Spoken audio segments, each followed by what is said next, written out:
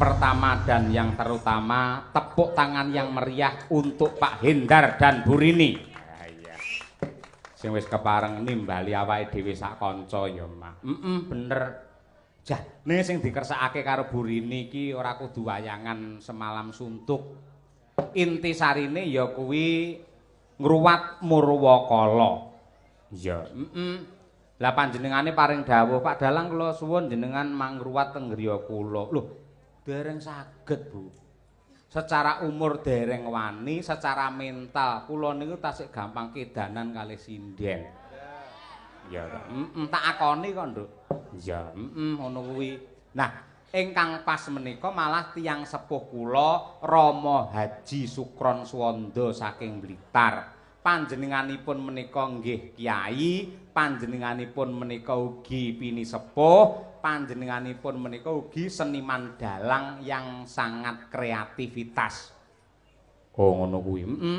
Oh kalau gitu cuma ruatan saja, nanti saya nanggap Pak Sukron Suwondo, Pak Dalang. Loh, nggak boleh. Afdolnya setelah ruatan harus wayangan semalam suntuk ngoten kuwi.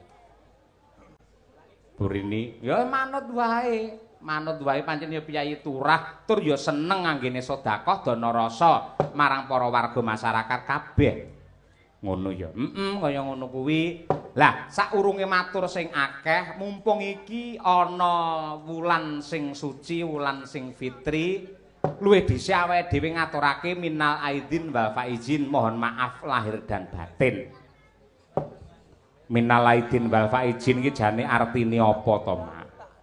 Manut pangandikane para kiai kae minal aidin wal faizin, semoga kita dikembalikan menjadi suci dan hidupnya diberi keberuntungan. Lah, yen ana piyai ngendika, "Mas, minal aidin wal faizin," ya lek jawab kok sami-sami, kuwi salah. Mergo kuwi donga, kudune amin. Oh, ngono. Dadi ora enek hubungane minal aidin wal faizin karo mohon maaf lahir lan batin. Kuwi ora ana hubungane. Ning kabeh donga sing becik, donga sing apik. Kaya ngono kuwi.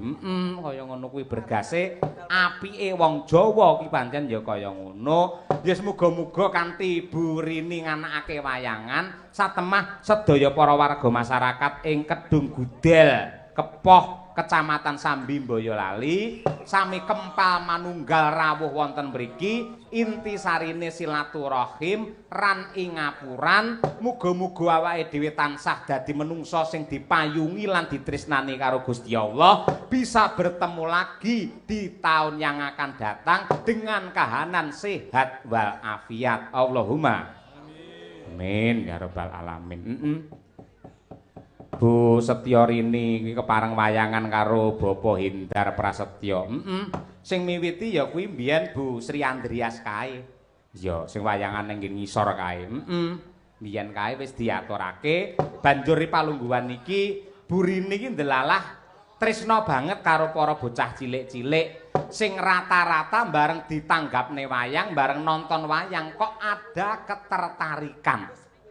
Lah, mongko panjenengane iki ora ngasta ana dinas kebudayaan, panjenengane ora ngasta ing bidang kesenian, ning peduline karo wayang kaya mengkono kuwi, merga sing bakal nonton wayang ki ya bergeser, sing sepuh-sepuh ya saya reto, sing reto bakal ya seda, sing enom dadi tuwa. Lah sing generasi alfa, generasi Z iki yang akan ya kuwi mirsani wayang. Mula iki jembatan sing ditindakake karo Bu Rini sangat luar biasa supaya wayang tetap jaya sepanjang zaman.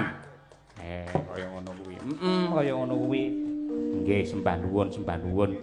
Ugi sungkem dumateng Mbah Suwarso kalian Ibu Sumiyem ya, Mak. Sungkem pangabekti kula katur nyuwun pangestunipun Mbah Kung, Mbah Utri, mugi-mugi saged murakapi dumateng kula sak kanca Madangkara amargi bibar poso wayangan perdana nggih wonten ing mriki niki. Pertama, pertama. Meh ruwatan tok lho, Nduk. Ha iya. Cathok awake dhewe mung nonton. Pertama nang kene iki tanggal 26 alhamdulillah sesuk bengi bablas neng Madiun, 17, 28 neng Karanganyar, 29 neng Lampung Timur daleme Gus Miftah, banjur tanggal 1, 2, 3, 4, 5 neng ndi? Prei. Prai kok diumukke. Lho, apa-apa iki nganggo prai. Manut karo Mas Imam lho. Sesasi ping 6 wis cukup. Ayo. Mbah nuwun. Ewadene ingkang dipun ruwat unting-unting lumunting menika anak kula estri Mbak Roro Bilva Putri Prasetya, anak tunggal saking Burini karo Mas Hindar. Oh ngono. Lan ngertiya nduk lamun to putrane Mbah Suwarso ki ana 3, sepisan Pak Parmanto, angka 2 Ibu Setyarini, angka 3 ya kuwi Pak Riyanto. Ya, kaya ngono ya, Mak. Ya semoga-moga anak wadon sing lagi diruwat karo Mbah Sukron Suwanda ya Durga Mendak Kala Sirna Yuwana Basuki tansah binerkan dening Hyang Agung. Yuswane sing wis 17 taun. 7 ki lasi angkane 1 karo 7 yen ditambah dijumlah dadine 8. Muga-muga iki menjadi penyambung sejarah sepanjang masa. Keluarga besar Mbah Suwarso anane mung guyub rukun ora nate bentik, ora nate geger, anane mung samat sinamadan daya dinayan. Ya, pancen kaya mengkono. Kaya ngono kuwi. Dasare ya entuk pakurmatan ingkang agung ya, Mak. Kanca-kanca komplit enek wong 50 sowan ana daleme Burini kabeh kopen. Cekake yen arep mbledosne weteng kelakon ning kene iki. Mergo daharan ki ora ana mandheke, unjukan banyu mili, seneke ya ora keri. Ya, pas tiba kemil iki kaya ngono kuwi. Kaya ngono kuwi. Katresnane Burini karo seniman nganti kaya mengkono. Mila kula mewakili rencang-rencang para seniman ngaturaken panuwun ingkang tanpa upami Burini kalian Pak Hendar. Mugi-mugi menika dados amal kesainan panjenengan sak keluarga. Iya. Pancen kaya mengkono sing kepareng rawuh akeh ya, Mbak. Aku ora ngira lho, Nduk. Yen ning laladan Solo Raya iki biasane yen wayangan sing mirsani ora akeh. Ya. Kursi 50 wae sing diisi mung 3. Ha ya. 3 wae siji bisu, sitok gendeng, sitok edan. Ning saiki akeh banget para sutresna Bapak Ibu adik-adik, mbak yu sing kepareng rawuh. Ini menjadi bukti nyata dan konkret bahwa warga masyarakat Kedung Gudel Kepoh Kecamatan Sambi adalah pelestari budaya Indonesia. Tepuk tangan untuk penonton semuanya. Ya. Bu Setyarini, ya, gandeng asmane Bu Setyarini ya ngaturake lelagon Setya Tuhu. Setya Tuhu. Kula nyuwun bawanipun dumateng Raka Mas Muhammad Taslim Al-Had. Men bawa dandang gula Sidoasih mengko Setya Tuhu jajal ngicipi nggih pemanasan anakku wedok Niken Salindri. Wis sehat, wis bar dicokot Joko. Bar dicokot apa, Nduk? Nyamuk. Nanti wingi tak telepon ki opnam ning rumah sakit diimpus. Ayo, bar tak dongakne kok kene iki demit randulit setan radoyan waras awit saka kersane Gusti. Alhamdulillah malah semaput. Nggih. Monggo Raka Mas Taslim. Pamintaku Nimas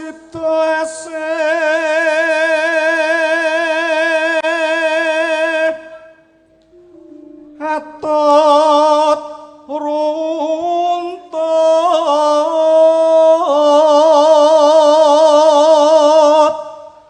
tansah reruntungan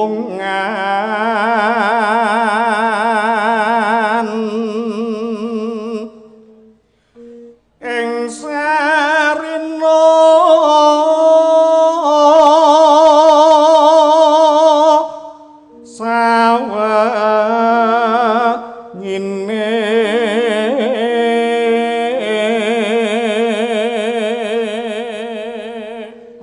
Burini ingkang kepareng mirsani pahargyan ingkang panjenengan gelar mboten namung ingkang rawuh wonten ing lokasi ning ugi kathah ingkang kepareng monitor wonten ing streaming Kuntadi Channel. Menawi kula tingali mongko bodo-bodo penonton serentak pasang mata adalah 3.000 orang. Iya. wong 3.000 sak donya kuwi nduk iya ngono kuwi monggo Mas Ratan kingkang sarambut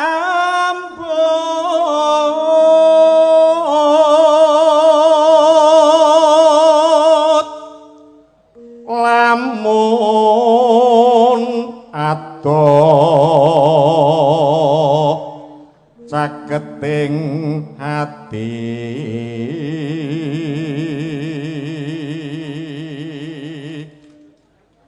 yen cedhak tansah mulat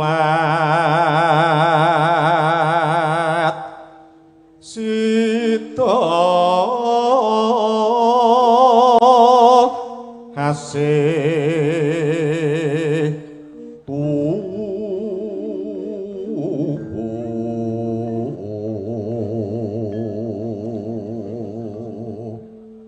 nano pindha mimi lan mintuna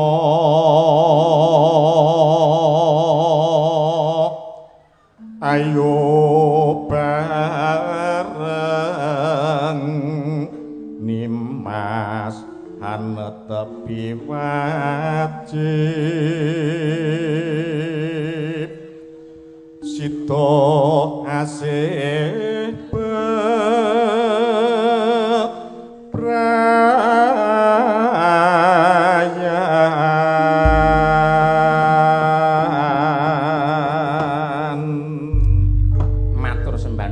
Taslim yo nduk langgame karo lenggah wae ben kaya sinden klasik nggih mbuktekne nadyanto sampeyan ki kulinane joget karo ngadeg nyatane nembang karo lenggah ya iso padha karo Ibu Mukesi kae karo ngadeg iso karo lungguh ya iso ayo le nembang ayo nano aku kang setya satu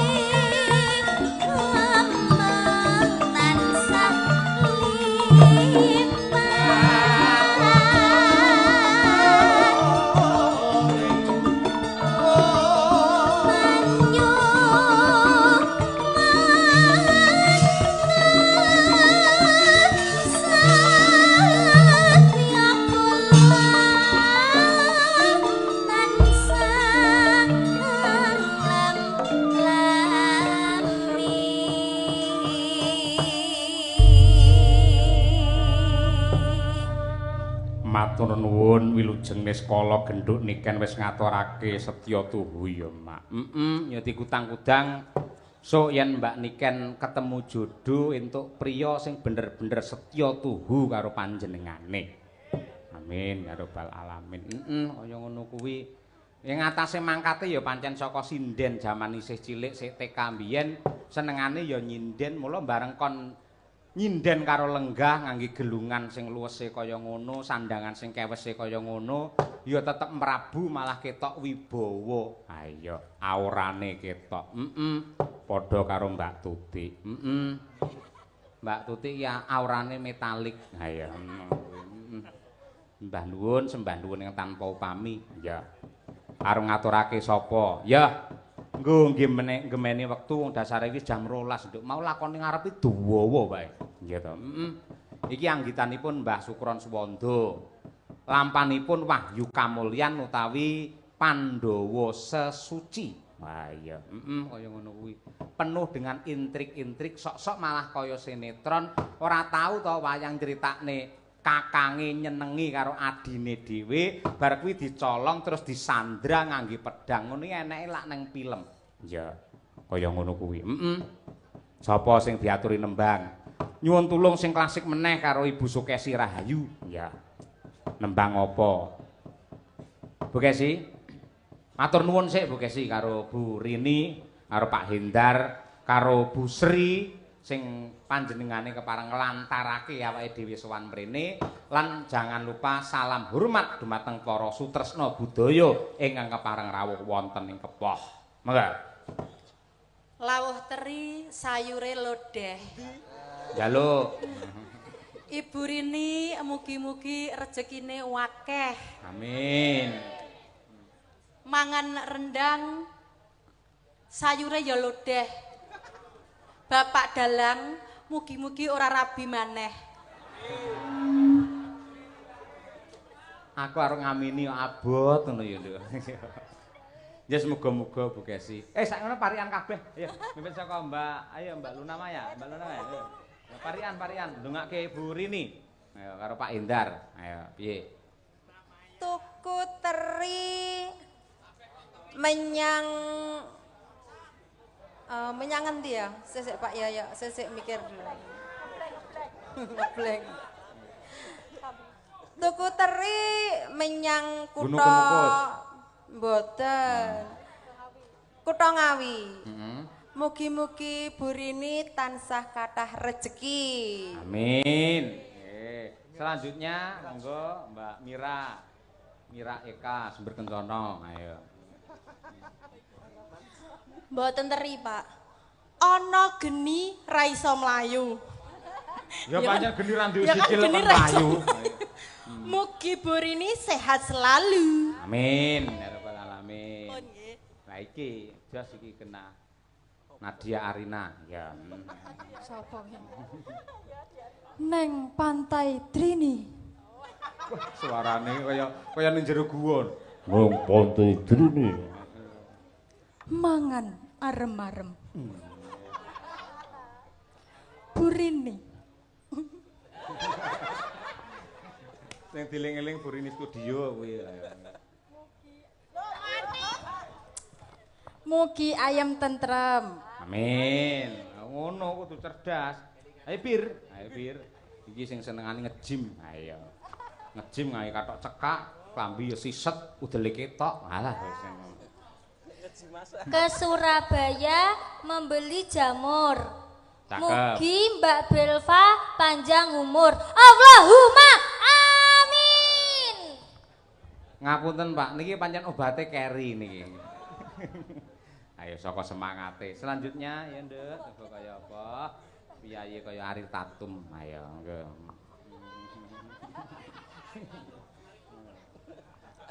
Aku ngelekar neng pinggir sawah. Aku teko bar kuwi ya.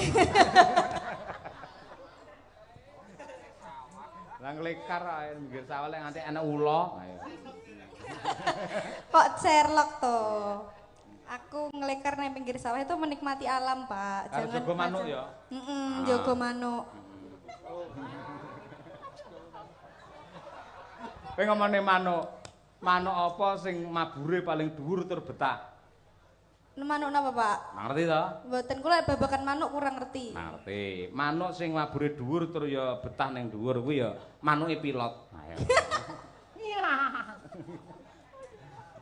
Nglekarmu piye? Astronot.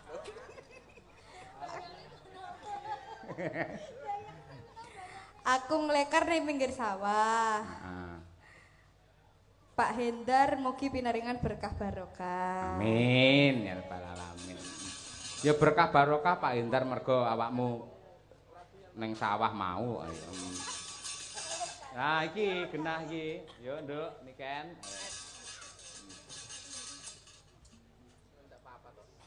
Mangan kursi kalih mangan tampah. Ora mrotoli untumu lho. Gragas, Pak. Gragas. Masalah.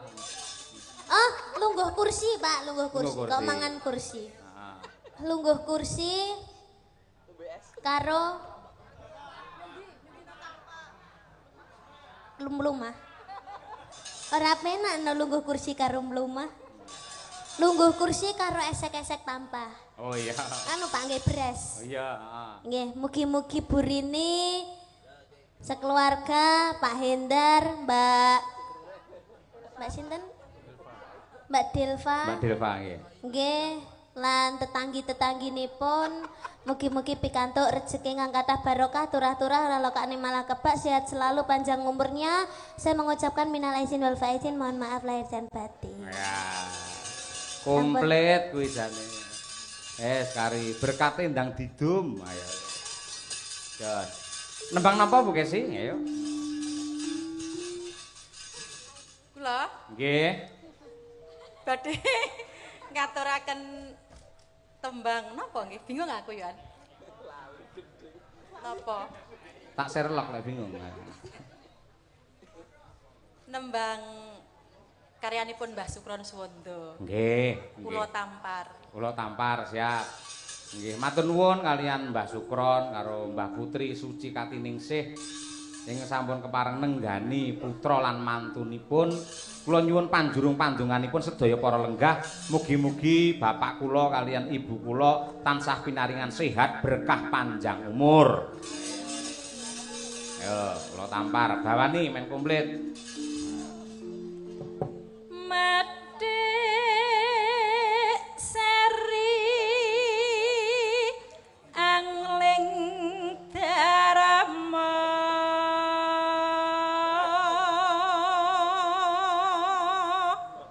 Kunjuk dumateng Ibu Setiorini sekeluarga lan ibu kula tercinta Ibu Sri Andreas, matur nuwun sanget panjenengan tasik kemutan kalih kula lan bojo kula Bu, lan kanca-kanca sakmenten sampun panjenengan tanggap malih.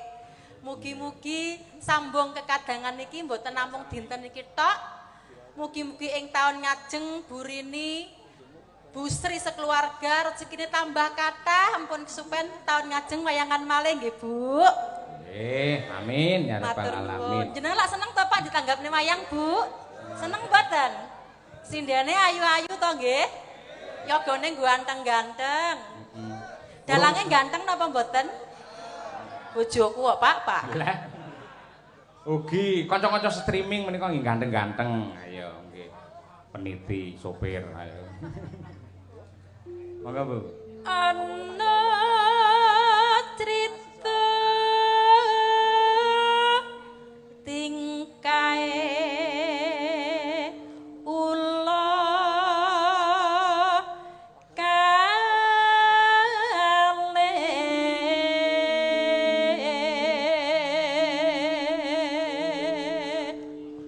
Nano.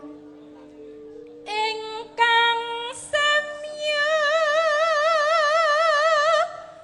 cumbur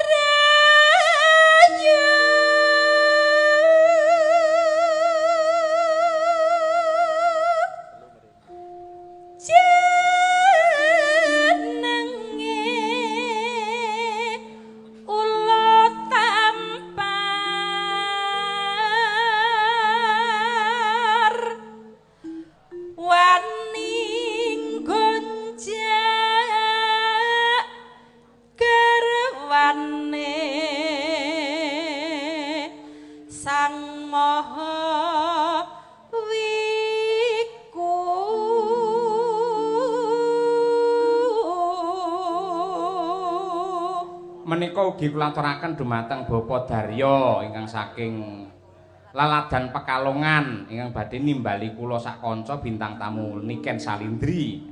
Ngersake lelagon pepeling. Ya mengko diaturake. Ya Bu. Anenggih kinagara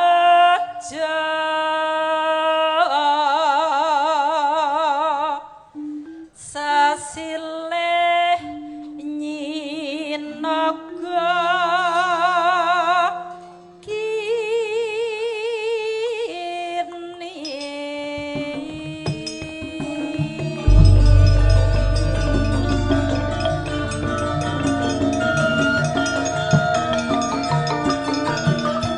Jumeneng Bu Kesi.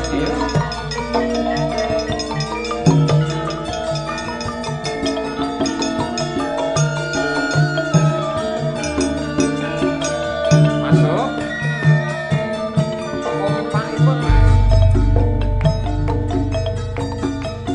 Kongkling kongklang kongklang kling.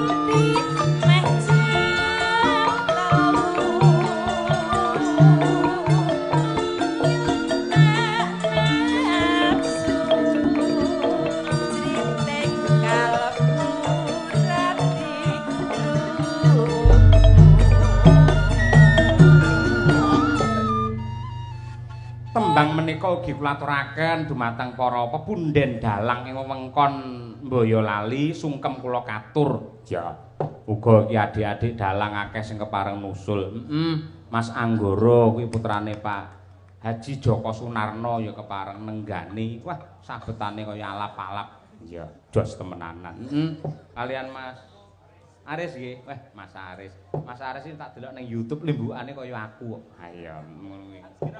Padha-padha ngono kuwi. Sing dianti-anti dadi bukti, sing ditunggu-tunggu wis lumaku. Ha iya ngono kuwi. Ya mincuk. Sabar. Iku. Konangan Sri Angling Darma Ula Tampar Milik Tangga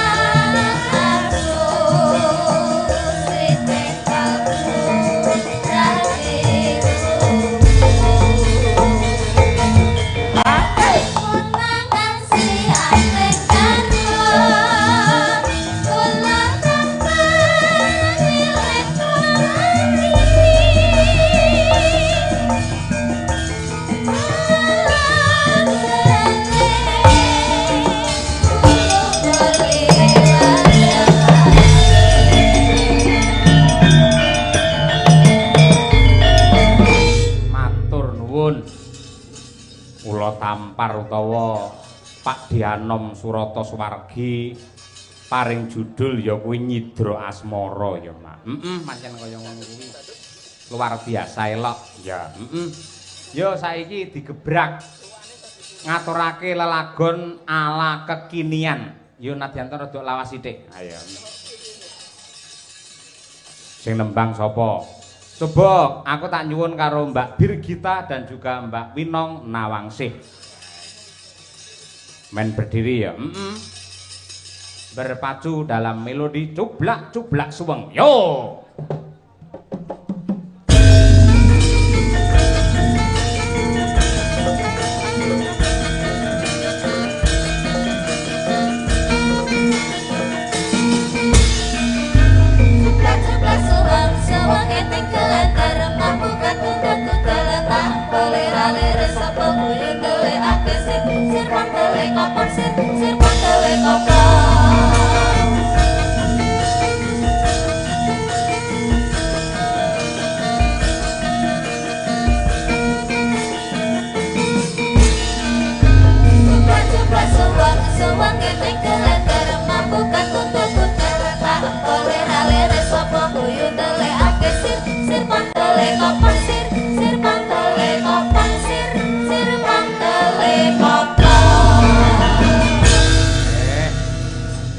Siap, Nduk, Winong. Pak, mati ya. Alhamdulillah sehat, Pak. Alhamdulillah. Kegiatanmu poso ngopo ae? Kegiatannya puasa, nge-gym. Terus bersih-bersih rumah. Terus kuliah. Terus main. Terus luar takjil, ngabisin uang. Wis gitu tok, Pak. Oh iya, apik kuwi yen sampeyan nyumbang takjil ngono iki apik. Kok Jan yen nyumbang? tradisine wong Jawa kuwi, Nduk. Waton enek takjil, terus ana Jumat berkah, enek wong genduren. Kuwi janjane wong sak Indonesia wareg kabeh tanpa MBG wis jalan misal. Ayo. MBG makan bergizi gratis. Tembung gratis iki ngenyek karo rasane para kawula. Kok iso gratis? Wong kuwi dhuwit pajeke saka menungsa, saka rakyat kabeh sing diunggahke ning pemerintah banjur dibalekke ning para kawula. Ngono kok iso diarani gratis iki lho. Nggih napa mboten Pak Bu? Lah nggih. Ayo, ngono iku kudu dipenggali aja nglarani atine wong cilik. Sosok ana bantuan nggih wong cilik, kae dudu bantuan. Kae bantuan nggih wong miskin, kae dudu bantuan. Anane wong-wong ki do miskin, mergane sing dhuwur do rayan dhuwit do grogoti bondo negara. Yen kabeh mlaku apa mestine ora enek wong miskin ki ra ono. Iya to, kaya ngono. Racake mesti sejahtera kabeh. Iya. Mula ya bab kuwi ben entuk kawigaten. Ngono kuwi. Poso wae ngatasé rata-rata muslim ya MBG tetep metu Nduk. Ayo. Jare kon sing ra Islam engko mangane karo ndelik. Yen sing poso go mulih. Anakku tau nggo mulih kuwi makanan MBG. Teko omah ya ampun, gedange nganti kaya uta-utan. Lah iya ngono kuwi. Kaya ngono kuwi. Tur akeh anggaran yang dipangkas termasuk ADD, anggaran dana desa. Kuwi saiki dipangkas. Akhire akeh wilayah-wilayah sing do ora gelem nanggap wayang mergo ora duwe anggaran. Yen nganti desa-desa ora wayangan, akhire sing mrongo senimane. Nggih napa mboten? Ayo ngono kuwi. Iki rata-rata iki pancen sepi kabeh ya. Sepi kabeh. Wis tak pantau dalang kae. Biasa. Dalang kae biasa. Awake dhewe rada mending lho. Ayo. Bersyukur. Ayo ngono kuwi. Nduk, Birgita Ayu. Nggih, Pak. Selamat malam. Selamat malam. Jenengan ora muslim ya? Mboten. Poso ndik iya. Mboten, Pak. Kok jenengan mboten tangket apa kegiatan iku kok jenengan pilih kasih Winong mau ditekoni kegiatane apa? Ngono-ngono kuwi. Oh, dikira monoton. Iki takok kegiatan kuwi. Ya ben adil, Pak. Jenengan iki pemimpin nek sindene ngadeg berdua iki ya tekonine sing padha. Oh, ngono. Ya. Yo, tanggapan. Jenengan iki lho, Pak. Niki kan tasih anu to, Pak. Bulan apa jenenge? iya. Bulanan ayo. Idul Fitri jenengan iki padahal kemarin ijek minta maaf karo aku saiki wis ngelani aku terus jenengan gumun aku. Sik to lek ngelani kowe babakan apa? Lah tadi kan itu menimbulkan iri, Pak. Lho Pak timbul meneng ae kok ya. Lho sampean iso cerewet. Timbul iki maksudnya ki apa ya? Muncul. Oh iya. Wis Cahayu Birgita, Nggih. selama kowe iki poso ki kegiatanmu liyane turu ngopo? Karaoke, Pak. Karaoke. Nang nggon apa? Ya ning omah to, Pak. Kafe. Ora ning omah lah wong gak nyinden, Pak. Pak aku kok lali dadi aku latihane karaoke, Pak. Tembange apa lek karaoke? Oplosan, Pak. Poso-poso oplosan. Ayo ngono kuwi. Ya ora apa-apa. Kegiatane nge-gym, olahraga lah ora keri to. Mboten, Pak. Oh, Ibu Kesi barang dingin tajak nge-gym. Ayo ngono kuwi. Apa nggih, Pak? Oh, nge-gym. Di mana? Hah? Di mana? Cedak omahku nggen apa jenenge etanku kae ning perapatan enek nggih nge-gym. Oh, berarti jenengan angkat besi, angkat beban. Enggak, ngangkat Bu Kesi kuwi lah aku. Ayo ngono kuwi. Ayo mau nembang apa berdua untuk keluarga besar? Ayo nggih. Sik tak waose Pak Dalang Sugeng Makarya nyuwun lagu Sesideman. Katur Bu Sri Andreas sarta Bapak Andreas. Sing ndek nate nanggap Dalang Yoga sinden untuk souvenir pirang-pirange lho. Berarti nanti ya untuk souvenir, Pak. Kowe iso takon kowe jane sinden apa kere? Ya kan tanya, Pak. Wis diparingi kok ya aneh-aneh. Iki saking kula keluarga Bapak Mailan Hendar Prasetyo saking Jakarta.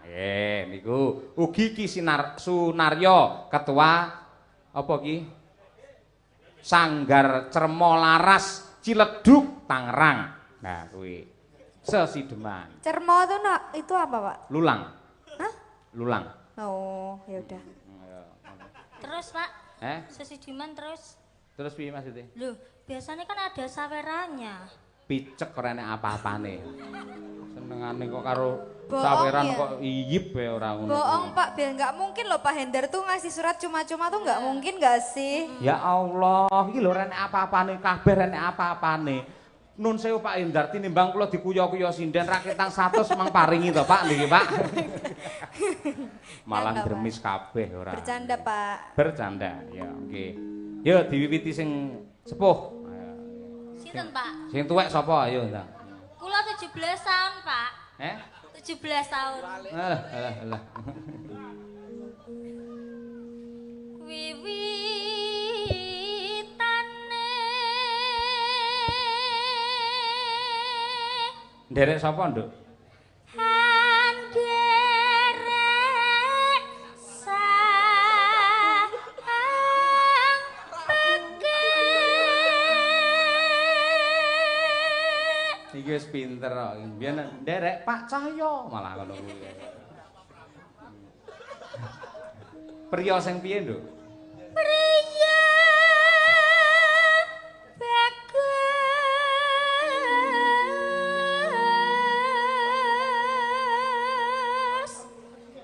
kang olah budaya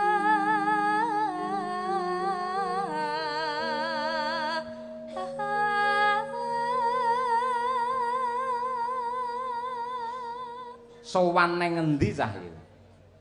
Mbok lali. Sowan menyang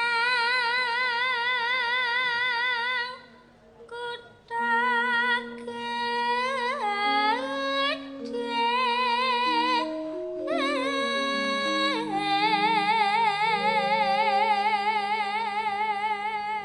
Hup, oper Ariel Tatum.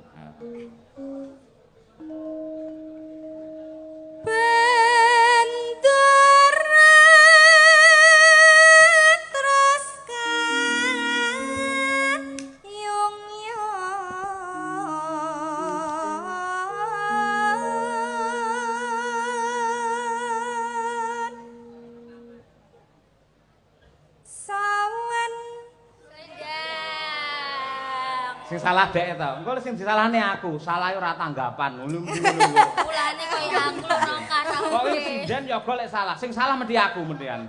Salahe sepi. Kok dibong lho, Pak? Selendang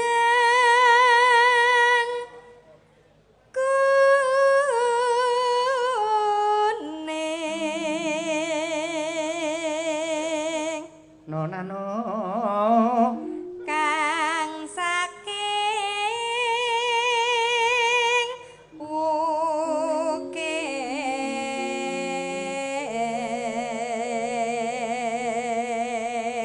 Hop, bir kita. Suara kurang permana ning wasisa ngungro.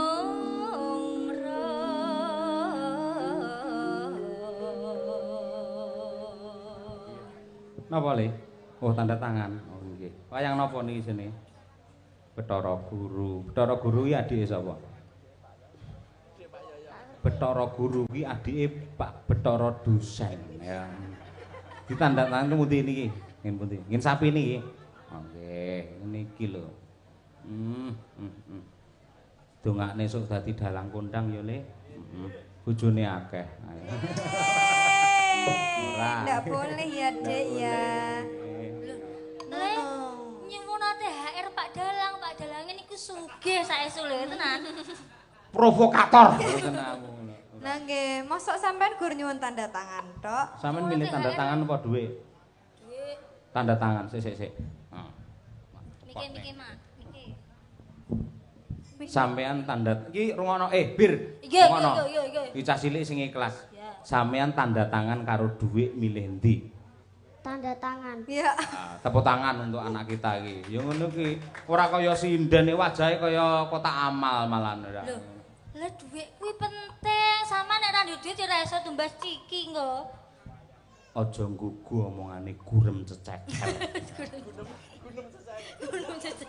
Gurem iki kiwan cilik ning gateli ora ngono. Tapi jeneng ini ya mbok ya sing anu to Pak, masa ada anak kecil kok gak dikasih apresiasi. Aja cetel-cetel to Pak. Mewek. Nyo 100. Susuk 80, ayo. Nggih iki lagi buka dasar dijaluki. Lagi apa? Yo. Angung rum. Sinten? Awakmu. Angung rumarang bendara.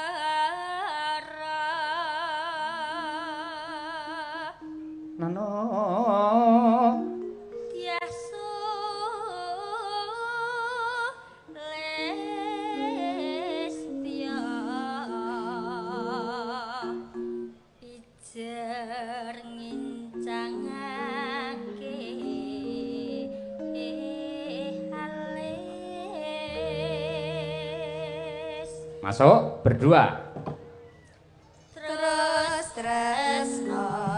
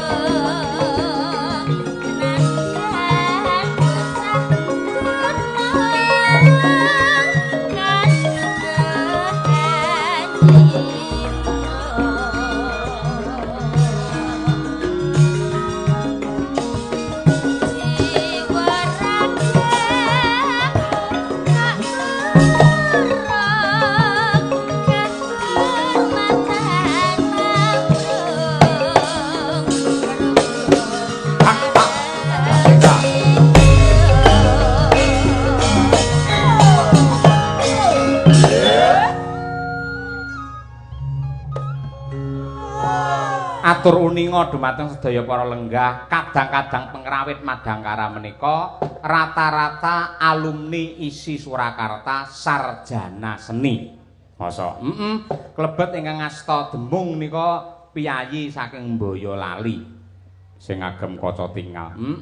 Kuwi piyayi Boyolali. Tak kira Pak Tristuti kuwi.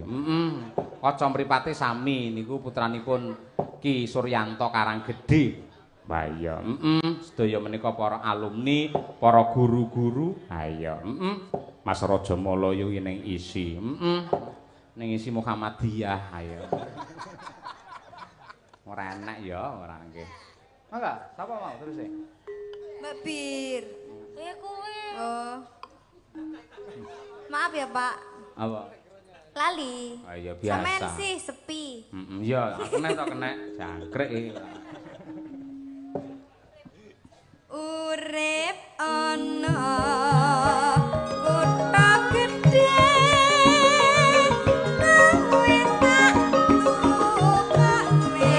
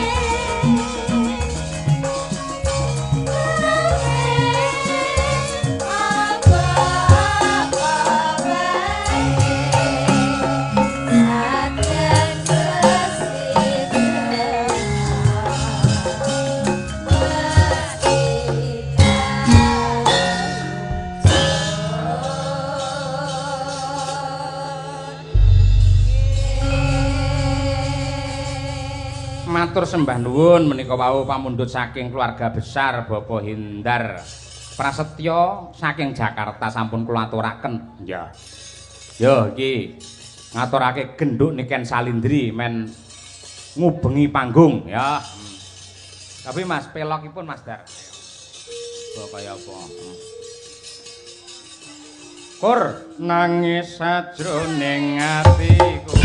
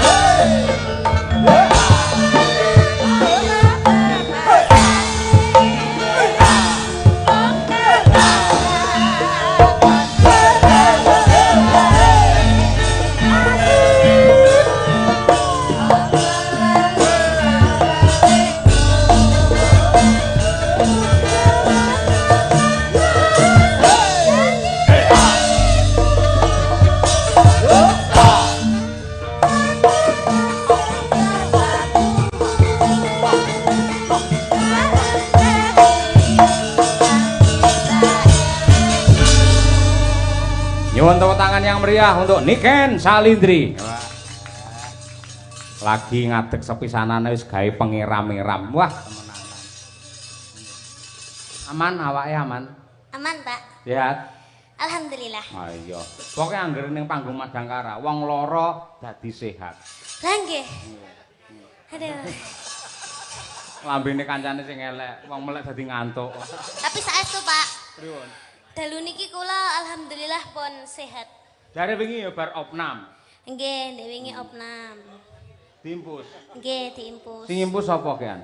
Sing impus sustere. Sustere ya. Nggih. Jane karo dokter wis entuk tanggapan apa durung asline? Sebenarnya dereng. Dereng nggih. Nggih, dereng. Kenapa alasan Anda kok malam hari ini rawuh ning Laladan Sambi? Karena saya sudah berjanji bahwa saya bisa datang di malam hari ini, makanya saya harus tetap profesional, Pak. Oh, hebat. Tepuk tangan untuk Niken Salindri lah ngono kuwi. Janji itu harus ditepati, Pak. Nah, Mas betul. ngomong, Mbak Niken, tanggal segini bisa, nggih, kula sagoh, kula hadir, kula nggih harusnya menepati janji itu. Saya juga harus datang. Kaya ngono kuwi. Nggih, leres. Pancen sing apik kaya ngono kuwi.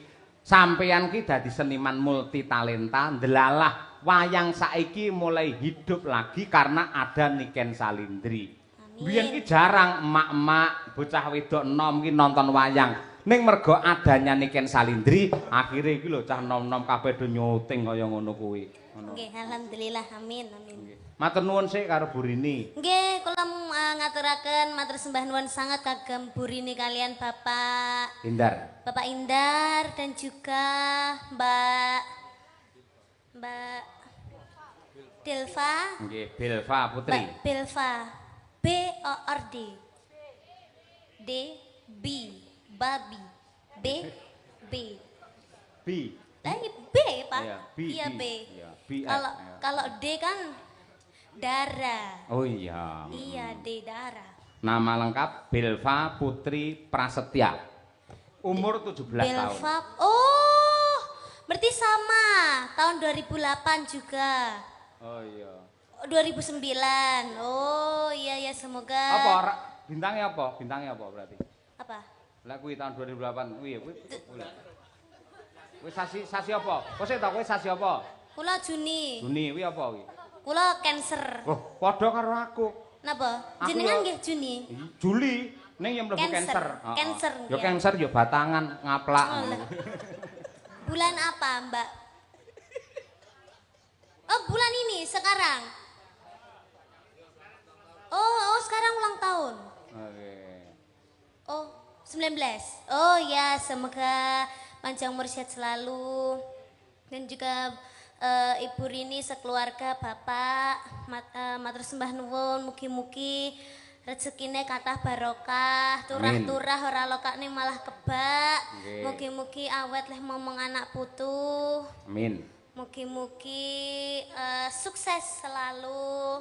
Dan semoga tiap tahun diadakan acara seperti malam hari ini. Amin ya rabbal alamin. Kuwi ucapan untuk yang lagi ulang tahun. Upamane lagi pernikahan ucapannya piye?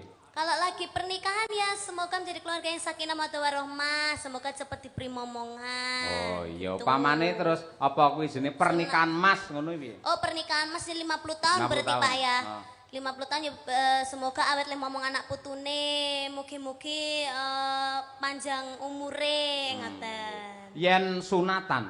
Sunatan ya semoga menjadi anak yang soleh, semoga cepat membesar dengan baik, semoga Kok sik kata-katamu apik mau, anak yang soleh, bagus. Ya. Kok bar kuwi membesar dengan baik iki lho. pertumbuhannya. Oh, pertumbuhannya. Pertumbuhannya harus membesar dengan baik. Oh. Gizi alah. yang baik, jangan gizi buruk. Oh, gitu. Iya. Terasa, Ini Pak. kita ngomongnya positif aja, Pak. Positif thinking ya? Iya, Oke, positif siap. aja. Semoga cepat sembuh. Semoga tidak membengkak. Membengkak, iya. Ya. Yen sunat cara saiki adik-adikmu Ya. kuwi nganu ngangge apa jenenge Laser. laser wis maju to. Enek sing luwih maju meneh. Apa itu? Dadi dijak main PlayStation, dhek fokus rono. Dadi iki lho, PlayStation. kulupe iya. iki diketok, ora krasa. Ngerti ora kulupe? Kulup. Berarti di situ ada kulupannya. Kasih pecel gitu.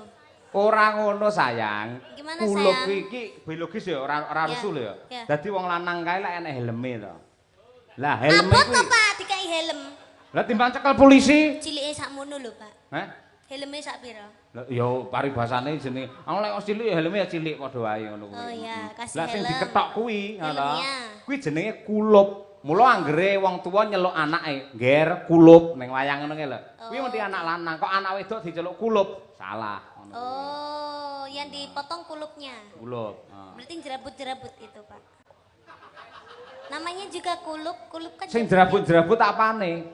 Kulup Ora jerabut isih murni suci ngono kuwi. Ora enek pertumbuhan apa di situ enggak ada. Oh. Kuwi. Gak enek gak suci, anak kecil tuh masih suci. Iya, Iya. bener. Nggih. Katresnan sejati. Oh, gimana itu, Pak? Hah? Katresnan sejati marang wanita sing tak tresnani.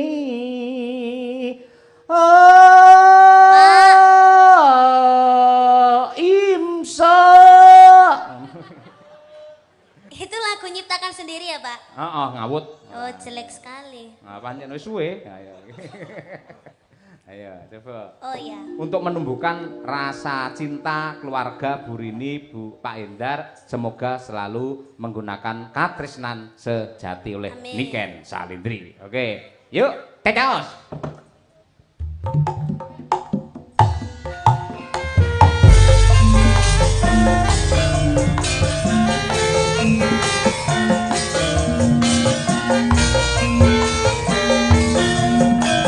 Salindri, dimanapun Anda berada.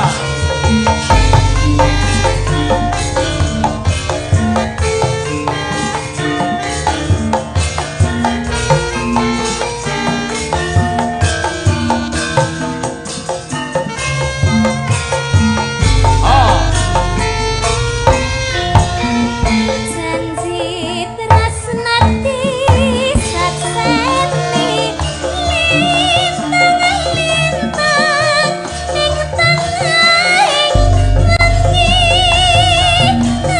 ati kangen asmara Gusti kula paringan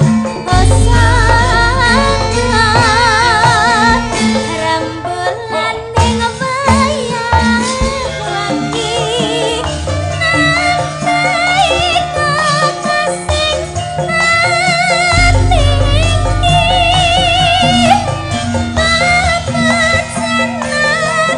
ning andi doang kakas kang tanti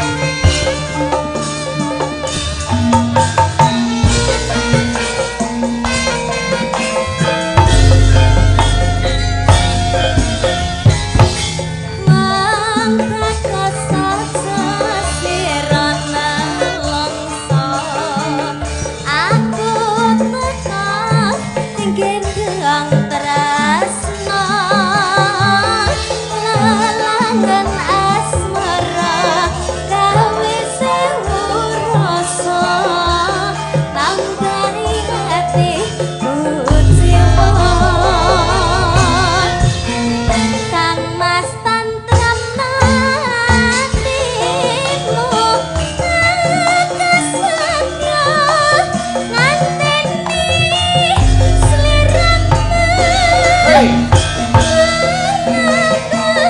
bisa ketemu tresno suci manggi rayu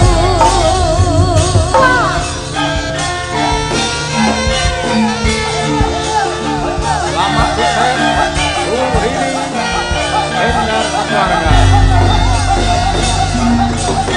Salam hormat Bu Sri Andreas dan seluruh para penonton yang berbahagia.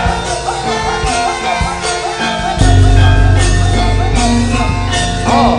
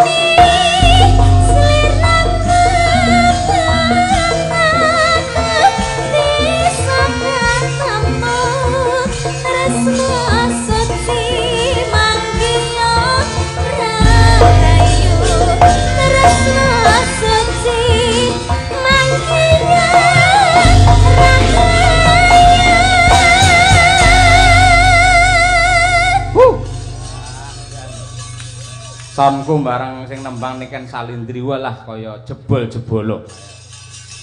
Istirahat ya nduk jaga kesehatan. Mengko nembang neh nggen goro-goro. Ayo nggih. Dados para penggemar niken Salindri nggih nyencang jenengan. Niki mangke tetep badhe nembang teng nggen goro-goro. Pokoke super edan. Oh, ya. Mbacut neglaring cerita Wahyu Kamulyan. Kabeh do bingung merga para Pandhawa sak rampunge lakon Wirata Parwa nganti ripalungguhan iki ora ana kabul kawusanane. Ayo, yen ngono ayo padha rakit ya kuwi leladi kelawan ingkang sinuwun. Ya, Nduk.